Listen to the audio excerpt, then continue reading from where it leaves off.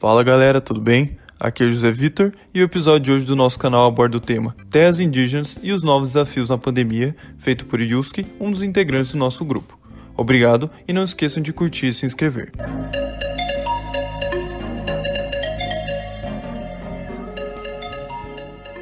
Obrigado, José. Olá, eu sou o Yuski e no tópico de hoje vamos falar sobre terras indígenas e novos desafios na pandemia.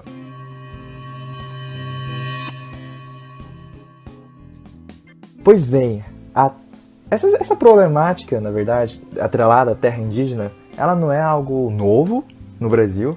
As lutas indígenas na defesa da sua terra, como coloca Luiz Eloy, advogado e assistente jurídico da Articulação dos Povos Indígenas do Brasil, a PIB, ela é travada desde a época da colonização, lá em 1500, contra os portugueses, com a única alteração, em comparação com os dias atuais, da arena, né, de embate, que antes se travava fisicamente e hoje então se dá no campo da política.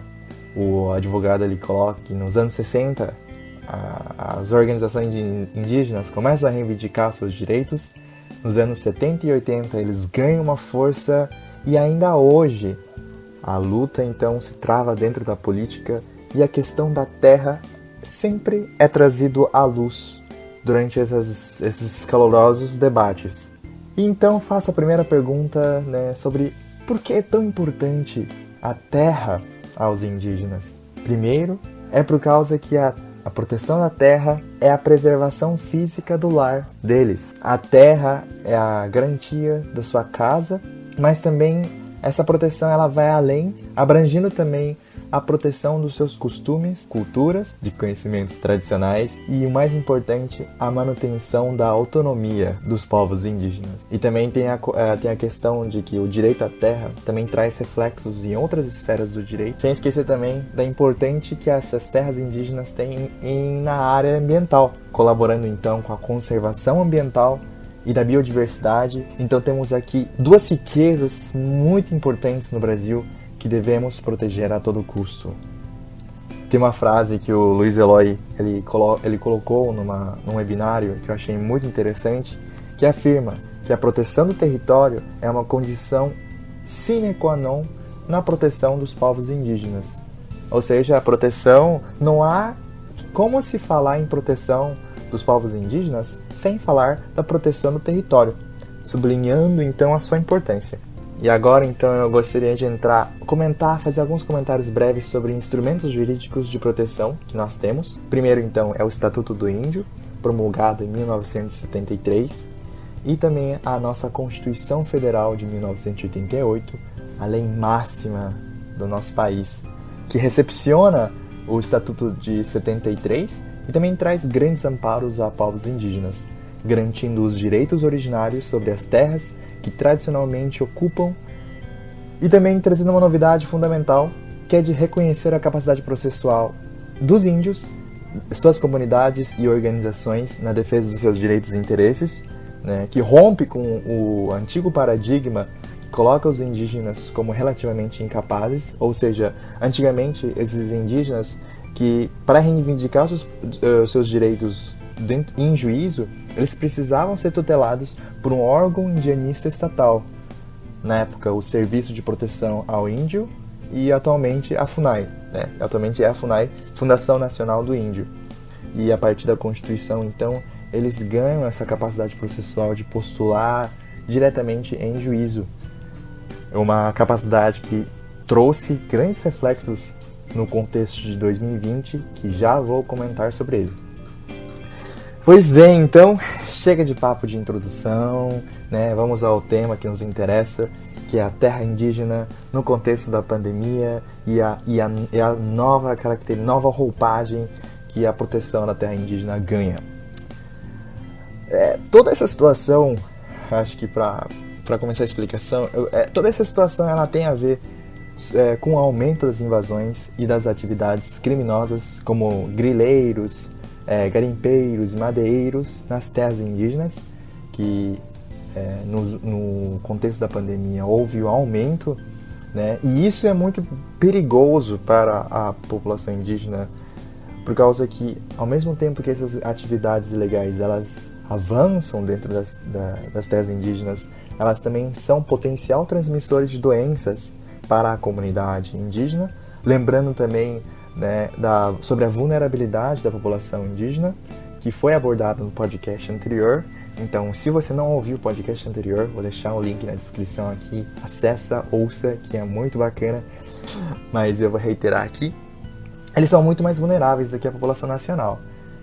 A Juliana de Paula Batista, advogada do Instituto Socioambiental, aponta que a pandemia afeta 2 vezes mais aos índios, e isso compatibiliza com um dado que registra a mortalidade pelo vírus entre os indígenas, que chegam a 9,6%, superando a média nacional, média da população nacional de 5,9%. Então, afeta 2 vezes mais. E essas invasões, elas são muito danosas no quesito da contaminação dos povos das comunidades. E o que aconteceu em 2020 foi que houve um aumento dessas atividades ilegais. Então, eu trouxe alguns dados aqui, primeiro do sistema DETER, da INPE, Instituto Nacional de Pesquisas Especiais. Ela afirma que 72% de todo o garimpo realizado na Amazônia entre janeiro e abril de 2020 ocorreram dentro das áreas que deveriam ser protegidas. E nos primeiros 4 meses, houve um aumento na área de desmatamento para garimpo de 13,44% nas terras indígenas da Amazônia brasileira em relação ao mesmo período do ano anterior, passando então de 282,2 hectares para 434,9 hectares em 2020. E também uma campanha Fora Garimpo, Fora Covid anuncia que são mais de 20 mil garimpeiros ilegais nas terras indígenas. Então a gente pode observar o tamanho do impacto dessa atividade. E também há um outro fator agora que eu queria comentar, que agrava a situação, que é, infelizmente, o descaso governamental. Aqui é importante ressaltar assim, que a luta, né, como esse eu vi do advogado Eloy, ele afirma, né, que a luta da proteção da terra e essas questões das invasões, elas não são fenômenos exclusivos do governo Bolsonaro. A luta sempre existiu, né? Mas, frente a essa pandemia, essas invasões, o comportamento atual, da gestão atual, segue no sentido de desprezo, né? Abrindo brechas, então, ou até incentivando a continuidade dessas atividades ilícitas. Numa pesquisa feita pela Folha de São Paulo, junto com o Instituto Talanoa, elas analisaram as publicações de 195 normas relacionadas ao meio ambiente no Diário Oficial, que em comparação com o mesmo período em 2019, foram 16 publicações apenas. Observou que parte dessas medidas, elas objetivavam a mudança no entendimento da legislação direcionada para a desregulamentação. E o que nos lembra também, né, aí cruza com a declaração feita pelo ministro do Meio Ambiente, Ricardo Salles, que falou que nós deveríamos, né, então, aproveitar essa época da pandemia, em que a cobertura da mídia está focada, falando da Covid, passar a boiada, né, mudando todos os regulamentos e simplificando as normas. E isso é uma realidade muito, muito infeliz, né, do Brasil. E também a Folha de São Paulo faz menção ao projeto de lei criado pelo presidente Jair Bolsonaro em fevereiro, que regulamenta a mineração e a geração de energias elétricas nas terras indígenas, o que mostra um perigo.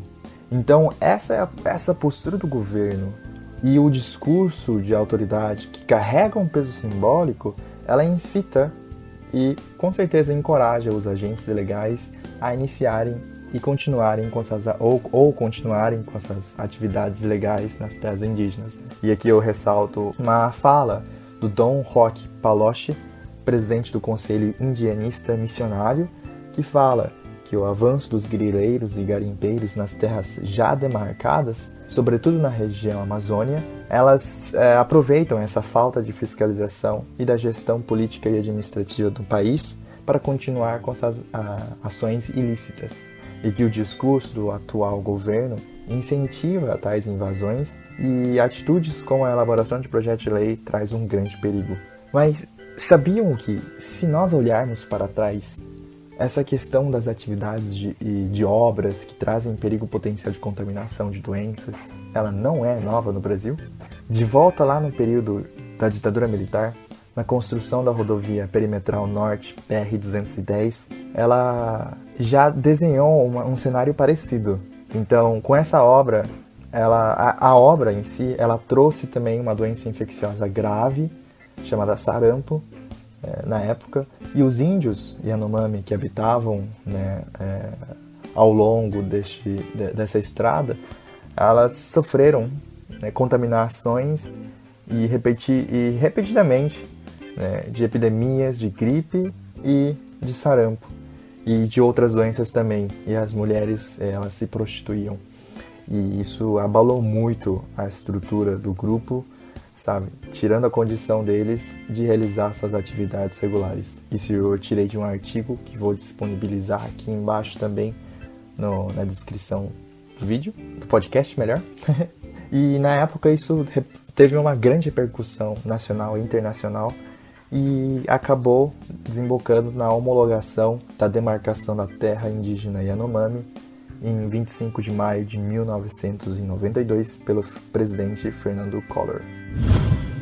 Pois bem, então já temos um precedente. E o importante é que nós não tenhamos um déjà vu, que a história não se repita com esse novo contexto da Covid-19. E é nesse sentido que as organizações não governamentais, como a PIB e a Greenpeace Brasil, eles manifestam em lamento, dizendo que o Estado brasileiro deve garantir com urgência sobre a proteção das terras indígenas, retirando imediatamente os invasores, a fim de evitar um novo genocídio e etnocídio no pleno século XXI.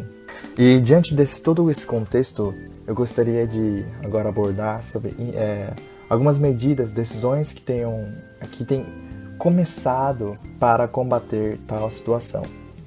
Então, primeiro temos a decisão da Comissão Interamericana de Direitos Humanos, em junho de 2020, que orientou o Estado brasileiro, então, a retirar todos os garimpeiros que operavam ilegalmente na terra indígena Yanomami, em Roraima, a fim de impedir a disseminação do vírus. E assim, essa foi a decisão da comissão, a qual o Brasil é um Estado parte, né, dessa comissão e deve acatar as orientações do órgão. E por enquanto, isso trouxe uma repercussão em seguida, que foi a decisão do STF, em outubro de 2020, quando a PIB ela propôs uma arguição de descumprimento de preceito fundamental ADPF 709 ao STF, né, criticando então a atitude e as omissões do Estado brasileiro na proteção dos indígenas durante a pandemia. E aqui eu vou destacar 3 pontos que relacionam a questão da terra indígena. Então, o primeiro problema foi sobre o subsistema de atendimento de saúde dos indígenas, a Secretaria Especial de Saúde Indígena, que negava a contabilização de mortes, né, de indígenas que não estavam em terras demarcadas e homologadas. Então aqui eu trago aquela questão do direito à terra repercutir em outras esferas de direito, o que não deve acontecer, né? Então, por causa que isso causou uma subnotificação na contabilização das mortes, né, diferindo dados entre aqueles propostos pelo governo e aqueles propostos pelas organizações como a APIB. E sobre essa questão, o STF determinou, então, que o governo brasileiro ele abrangesse todos os povos indígenas de forma indiscriminada ao fato de estarem ou não em terras homologadas. O segundo ponto é sobre o Supremo, que deferiu a elaboração do plano de colocação de barreiras sanitárias em 31 terras indígenas, que têm povos isolados ou de recente contato para evitar a contaminação. E o terceiro, ele diz respeito justamente a expulsão dos invasores das 7 terras indígenas. E aqui foi um tema muito delicado e também gerou divergência entre os ministros. Ela não foi feliz, então não houve um enfrentamento da problemática, né? A corte reconheceu a existência da invasão e a gravidade da situação, mas, como colocou o ministro Barroso, há um ônus político. E Luiz Eloy, advogado da PIB, ele explica, né? Esse ônus político, ela consiste nos interesses políticos e econômicos locais. Ele fala, com certeza, tem políticos locais envolvidos nisso. Do garimpo, dos madeireiros, que são representantes da elite agrária do país. Então, é muito difícil, né? Porque mesmo tendo a decisão da Comissão Interamericana de Direitos Humanos a favor de uma ação do Estado brasileiro em expulsar os invasores, a Corte Máxima do nosso país ela não acatou tal pedido. Mas, né, o advogado Eloy ele manifestou que vai continuar trabalhando, ele e os outros advogados vão continuar trabalhando, né, contra tais invasores, o que mostra que essa decisão não é um fim, mas um começo, né, de uma nova luta e que não sabemos aonde vai desembocar. Então fica aí as cenas para o próximo capítulo. E aqui já chegando ao final da minha exposição, é importante, né? Eu acho que nós acompanhemos ou que nós estamos cientes desses processos que estão ocorrendo agora, né? É importante acompanhar a tramitação deles. Aqui eu coloco também um julgamento que foi levado à STF em outubro de 2020, que vai determinar um novo ramo sobre a demarcação da terra indígena. Ele fala sobre a demarcação de terras indígenas no Paraná e estão em jogo duas teorias sobre a demarcação. Primeiro, sobre a teoria do indigenato, que reconhece o direito territorial dos povos indígenas como originários, segundo os termos da Constituição, e a segunda tese, chamada de marco temporal, defendida pelos ruralistas, que restringe esse direito, porque eles falam que povos só teriam direito à demarcação se estivesse na sua posse no dia 5 de outubro de 1988, data da promulgação da Constituição. E é muito difícil você conseguir comprovar isso no mundo real, né? E isso implicaria um impacto muito negativo aos indígenas. Mas esse processo, por enquanto, ele está suspenso por conta da pandemia, né? A corte ela afirmou que essa é uma decisão que vai traçar novos rumos de demarcação de terra no Brasil e, no contexto atual, deve minimizar, né, todos os riscos e impactos negativos aos povos indígenas que já estão suficientemente aterrorizados com toda essa situação.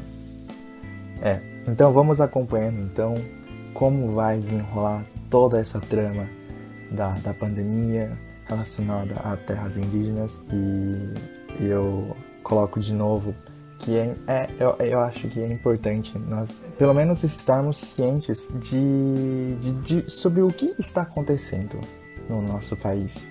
E para isso, eu também vou deixar aqui na descrição todos os sites que eu visitei para fazer este podcast, e também uma petição da campanha Fora Garimpo, Fora Covid, para pressionar o governo na expulsão dos 20 mil garimpeiros.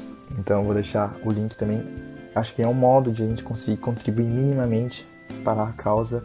E também visitem o site da Conectas, que é uma organização sobre direitos humanos do Brasil, que traz muitas informações interessantes atreladas a direitos humanos e também aos povos indígenas. E também o site da PIB, que traz informações muito, muito interessantes. Então, por enquanto, por hoje, eu vou encerrar por aqui. Muito obrigado pela sua atenção, e se você gostou do vídeo, dá aquele like, compartilha, se inscreve no canal, e a gente se vê então na semana que vem no próximo podcast. Até a próxima então, tchau, tchau.